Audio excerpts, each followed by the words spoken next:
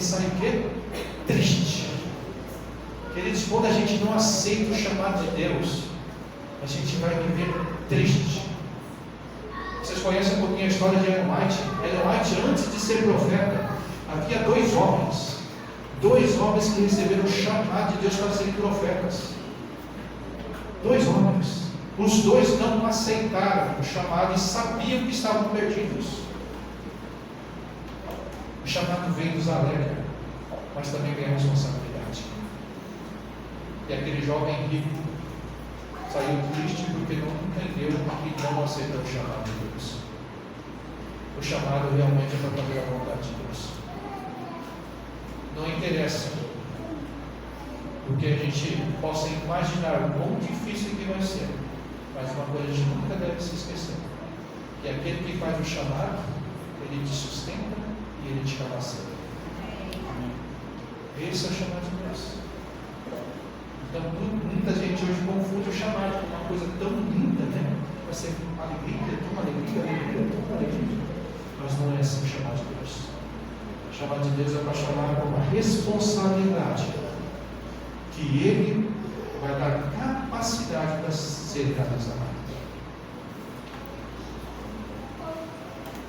Em Mateus capítulo 7, versículo 21, fala sobre a questão de que muitos dirão: Senhor, Senhor. E Jesus vai te dizer assim: basta de mim que eu não conheço. Tem muito cristão que para falar nome de Jesus, para falar Senhor, é de boca cheia. Mas só que a hora que para fazer realmente o que Deus quer que seja feito, aí é a situação. Deus chama hoje um povo para pregar uma mensagem. A gente está estudando justamente falando sobre essa questão. Em todos os tempos, Deus teve um povo, teve uma pessoa que proclamava a sua verdade. Talvez você seja uma pessoa que dentro da sua casa é a pessoa para pregar a verdade. Talvez você seja uma pessoa que dentro de uma família você é a pessoa para pregar a verdade. Semana retrasada tive uma das piores notícias que eu poderia ter. Não que a minha mãe passou por uma segunda cirurgia do coração. No mês passado, um mês antes, ela havia feito uma ponte de safena, foi aberto o peito, e não sabe por questão clínica o que aconteceu, mas passou um mês e meio dormindo todas as vezes de novo no coração. Todas, sem explicação. E o coração dela ficou ruimzinho de novo. Só que ela não poderia fazer a cirurgia de novo. Não suportaria. Aí a ideia de uma médica falou assim: a gente vai ter que fazer uma angioplastia de urgência. Questão de óbito, 95%. Minha mãe mora a 800 quilômetros daqui. Tenho dois irmãos, os dois irmãos assim, não conseguiam preencher, assinar o papel, super preocupados. Tive que ir lá, fui rapidamente. Recebi a notícia, eu cheguei no hospital, já era tarde, mas justamente por questão de credencial do pastor, a gente consegue entrar e conversar com o médico. Tive que ler o papel e me explicar a notícia desse médico. A sua mãe vai ter que fazer essa cirurgia, gente. Então eu falei assim: olha, eu tenho que fazer. Tive que explicar. Eu acho que o pior momento dessa situação é você ter que explicar para o familiar, no caso da minha mãe, sobre a cirurgia. O médico não vai, só vai explicar depois. A primeira pessoa que vai dar notícia é você. Falei: mãe, tem duas situações. Ou a senhora vai tomar medicamento, vai ser paliativo, a senhora pode estar berrando, um ataque cardíaco, de repente sai daqui, a senhora pode sair bem, de repente tem um ataque cardíaco devido ao medicamento. Essa é a forma do medicamento. E tem outra forma, que é a cirurgia. A cirurgia pode postergar a sua vida e pode dar uma qualidade de vida melhor. Ali, depois que eu falei isso, orei com ela, li a Bíblia com ela, fiz mais uma oração. Ela, com muita calma, falou assim: se não tem o que fazer, vamos fazer aquilo que precisa ser feito. Então, peguei o papel ali do médico, assinei o papel. O médico: doutor, pode fazer a cirurgia. E ela conversou com minha mãe, ela estava lúcida, então ela pode fazer a cirurgia. Semana retrasada ela fez a cirurgia, no sábado retornou para casa. Amém. Dói. denominação, está estudando a Bíblia novamente, mas, meus irmãos, eu tive a alegria de ficar com ele 2 semanas, tratando de diversos assuntos da Bíblia, entre ele a morte, sobre a questão do espiritismo, que frequentou a denominação, e a gente teve tempo suficiente de falar de vários assuntos da Bíblia. Talvez você seja a pessoa que você está naquele momento para falar das verdades que você se conhece. Eliseu tinha essa alegria de pregar justamente desse Deus tão maravilhoso que ele havia chamado. O jovem rico sumiu da Bíblia. O jovem rico não aparece mais. Mas a coisa mais linda é Eliseu. Eliseu, mesmo depois de sua morte, ele testemunhava de Deus. Sabe como? Vamos ler ali. Deixa eu abrir aqui no antigo com vocês. Um dos milagres de Eliseu.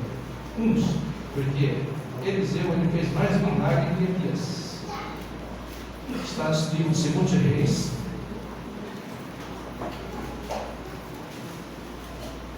Livro 2 Reis, capítulo 13.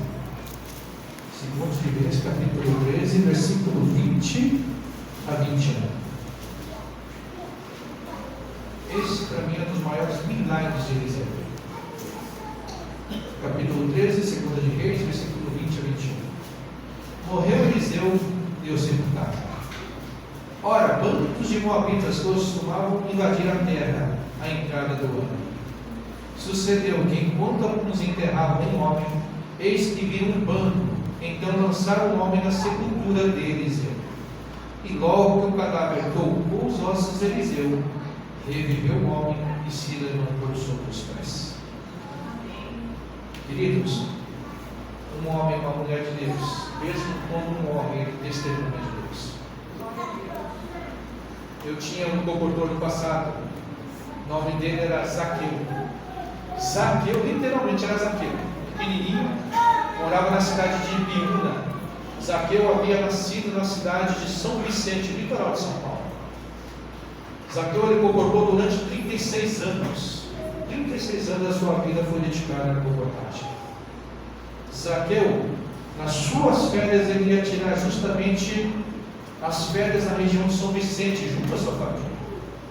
E uma dessas férias, Zaqueu ele visitou a sua família e ali ficou meio entediado. O comportor não consegue ficar sentado.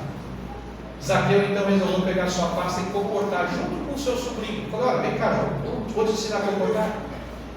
E o jovem sobrinho saiu com Zaqueu e Zaqueu começou a bater nas casas, no comércio. Chegaram num centro de umbanda, aqueles negócio de banda, vendendo essas coisas. E ali foram fazer uma apresentação da literatura da Igreja Adventista. Zaqueu então mostra um livro de plantas. Zaqueu puxa ali um livro que se chama Vida de Jesus. Quem conhece a Vida de Jesus? Jesus então ali, Zaqueu pega a Vida de Jesus e começa a fazer a apresentação. E aquela mulher que estava com 2 filhas, ela baixou debaixo do balcão, levanta com um facão. Fala: agora você está morto. Zaqueu, ele olhou para a senhora, mas no que ele olha para a senhora, o sobrinho que estava do lado, que ele fez? Sai correndo. Jovem, né? O jovem sai correndo, Zaqueu faz o quê? Corre junto. Sem saber o porquê. Os dois correndo. Só que chega a uma certa distância, Zaqueu para e chama seu sobrinho. O sobrinho já estava bem mais longe. Então grita: volta para cá. Aí voltou o sobrinho e Zaqueu então pergunta: mas por que a gente está correndo? Falei: tio, não é que nos matar. Falei: não quer matar por quê? Porque o senhor quer falar de Jesus para ela.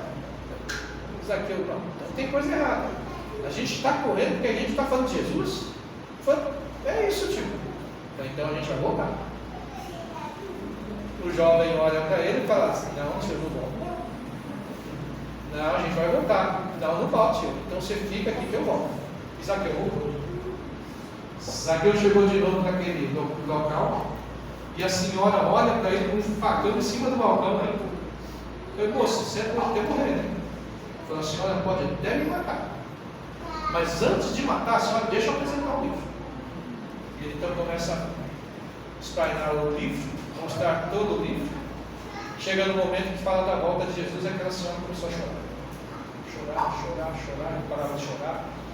Zaqueu, que era uma pessoa já experiente, fala assim: olha, mais do que tudo ainda, Jesus quer buscar aqueles que o amam. E aquela senhora: moço, o que o senhor é? Olha, não interessa o que eu sou. A senhora quer estudar a Bíblia? E aquela senhora, então, ela aceita o estudo bíblico. Eu gosto de uma frase de Amate que fala assim: ao brandar, ao tocar o nome de Jesus, anjos descem do céu para abrandar os corações dos seres humanos. Amém. Aquilo se cumpriu justamente naquele dia. Zaqueu então oferece o estudo bíblico, a senhora aceita, comprou material, aceita o estudo bíblico. Zaqueu então começa o estudo bíblico, só que ele tinha que voltar de férias. Agora tem que voltar para a sua cidade. Ele deixou o ancião da igreja dando estudo bíblico. Resumindo bem a história, essa senhora, ela se batizou na igreja adventista do sétimo dia. As duas filhas se batizaram na igreja adventista do sétimo dia. O genro se batizou, os netos se batizaram. E a filha mais velha se tornou comportora. Amém. E ela falava assim: eu quero fazer o que você faz. Eu quero vender livros para alcançar pessoas para Jesus. Eulene foi minha comportora na região de Cubatão, onde morava agora. Deus, Ele tem chamado pessoas para fazer justamente aquilo que tem que ser feito, mas com alegria no coração. Zaqueu hoje não está mais conosco. Zaqueu, há uns anos atrás, ele faleceu de câncer. No dia do seu velório, na cidade de Miúna, a igreja central de Miúna estava repleta de pessoas, a maioria não da igreja. Por quê? O pastor havia anunciado que os irmãos da igreja irem em um número menor, porque a maioria das pessoas vieram de fora. O fórum da cidade, a prefeitura, toda a ordem pública decretou 1 minuto de silêncio na cidade. Hoje morreu um homem do livro na cidade. Era uma pessoa muito conhecida, mas ninguém sabia o nome. Era um homem do livro. Zaqueu ele comportava da manhã até 6 horas da tarde. Voltava para casa, trocava sua roupa, pegava sua pastinha de estudo bíblico. À noite era estudo bíblico. Era um dos homens que eu, assim, de comportor que eu conheci, que talvez tenha levado mais pessoas a Cristo, foi Zaqueu. Um homem de Deus, mesmo na sua morte, testemunha de Deus. Queridas, a gente tem uma cidade tão grande como Ribeirão Preto. Aqui já teve vários comportores. Vocês conheceram o irmão Rui, né? Tempos atrás faleceu. Ele comportou durante muito tempo aqui. João Nobre passou por um tempo aqui também. Eliseu Dias também já passou por um tempo aqui. Tivemos muitos comportores. Teve época que em Ribeirão Preto a gente tinha 3 a 4 comportores. E sabe o que acontece hoje? Hoje a gente não tem nem. A gente está com essa campanha de formação, mas não temos um comportor efetivo. Uma cidade desse tamanho. Eu olho, irmãos, de vez em quando eu fico assim, desesperado, olhando para tudo isso. Como que a gente vai brigar para esse povo todo? A obra de Deus, a gente sabe disso. Mas eu olho tudo isso hoje, eu falo assim, gente, tantas pessoas que são alcançadas. Suscita um nessa cidade. Então é muito isso. Eu tenho orado e vou continuar orando para que pessoas tomem essa decisão. Se você ainda não conhece comportagem, conheça a comportagem. Leiam sobre comportagem. Não vá pela perspectiva ou vida dos outros. Tem gente que só vai atrás de quem não dá certo. Isso é interessante demais. Mas conheça a história de pessoas que deram certo. O Rui era uma delas. Deus está chamando pessoas para que a obra seja feita porque Jesus está colocando. Eu sei que a hora está um pouquinho estendida, mas querido, vou dar um último testemunho. Eu tomei a decisão de se tornar adventista no Japão. Quem ouviu do tsunami em 2011? Eu fui voluntário durante uma semana naquele tsunami. Eu vi uma cidade ser destruída. 25.000 pessoas morreram. Eu tenho um livro escrito por crianças, 80 crianças. Sabe o que elas escreveram? O testemunho principal que tem no livro. A pergunta é: o que você gostaria de ter se fosse possível retroceder no tempo? Sabe quais são as respostas das crianças? Eu queria ter meu papai e minha mamãe de volta. Mas não volta mais. Quando a gente teve agora a pandemia, quantas e quantas pessoas, crianças e jovens, perderam o pai e filho? Eu perdi amigos pastores, perdi vários amigos. E sabe o que eu tenho orado? Jesus volta logo. Eu não quero que postergue, eu quero que volte. Só porque se eu oro sempre pedindo para que melhore, uma não está na Bíblia. Outra, essas que já perderam, sabe qual vai ser a única forma de restauração? Quando Jesus voltar. Eu estou sendo egoísta se eu só oro para melhorar. Se eu só peço coisas para mim mesmo. Eu tenho que orar para Jesus voltar. Porque eu não aguento ver mais tristeza. 2 semanas atrás, sofrimento com minha mãe. Pouco tempo atrás com a minha tia.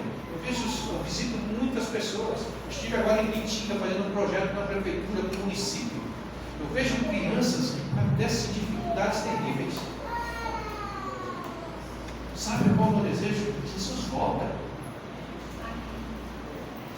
E quando a gente hoje fala dessa forma, as pessoas ainda se sentem meio chateadas. Jesus tem que voltar, queridos irmãos. Mas para isso, Deus necessita de pessoas para pregar esse evangelho. Deus chama a tua igreja para pregar esse evangelho. Se você é um adventista de 7º dia, felicamente, eu tenho certeza que você tem isso no coração. Mas Deus chama pessoas para pregar esse evangelho. Se você tem esse desejo de conhecer mais sobre a comportagem, ou qualquer área, ministério que você quer conhecer, faça. Mas faça de uma forma diferente. Faça que nem Eliseu. Eliseu já não se importava mais com o que estava para trás. Eliseu agora se preocupava com o que estava para frente. Eliseu aceitou o chamado e foi feliz. Aceite o chamado e seja feliz. Venha para a igreja com um sorriso. Muitas vezes uma pessoa que está sentada no seu lado só precisa de um sorriso, um abraço. Você lembrar, olha, você não estava na igreja hoje, senti sua falta. Muitas vezes só isso. Mostre essa alegria de ser um cristão, não de ser um cristão. Mostre a alegria de ser um adventista do 7º dia.